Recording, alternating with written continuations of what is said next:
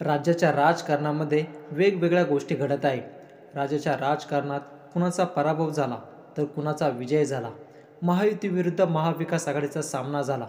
महायुतीच्या विरोधात वातावरण असताना सुद्धा महायुतीने विजय मिळवला.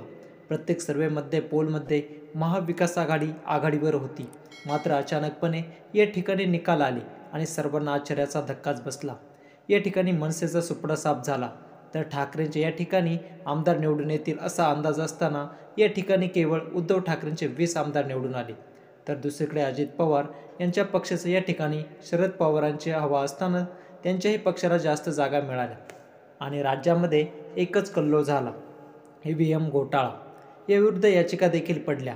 मात्र निकाल काही लागला नाही आणि लागणारही नाही. अशातच पराभवाला न खचून जाता पुन्हा एकदा ठाकरे कामाला लागले.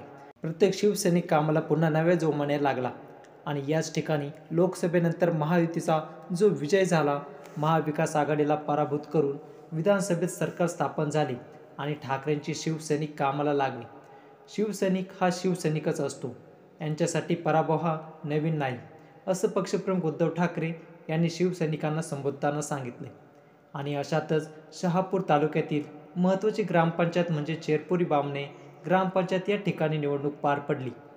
या निवडणुकीमध्ये उद्धव ठाकरे यांच्या गटाला या ठिकाणी दणदणीत विजय मिळाला.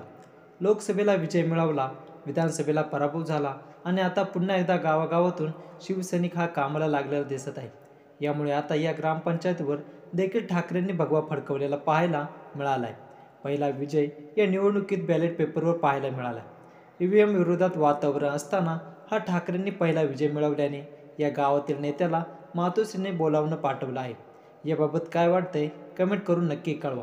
व्हिडिओ आवडल्यास लाईक व शेअर करा आणि 20 मराठीला सबस्क्राईब करायला मात्र विसरू नका. जय महाराष्ट्र.